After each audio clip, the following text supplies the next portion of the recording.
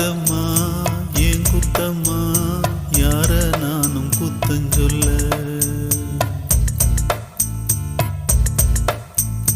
உன் குத்தம்மா ஏன் குத்தம்மா யார நானும் குத்தஞ்சொல்ல பச்சை பசும் சோலையிலே பாடி வந்த பைங்கிளியே இன்று நடப்பாதையில்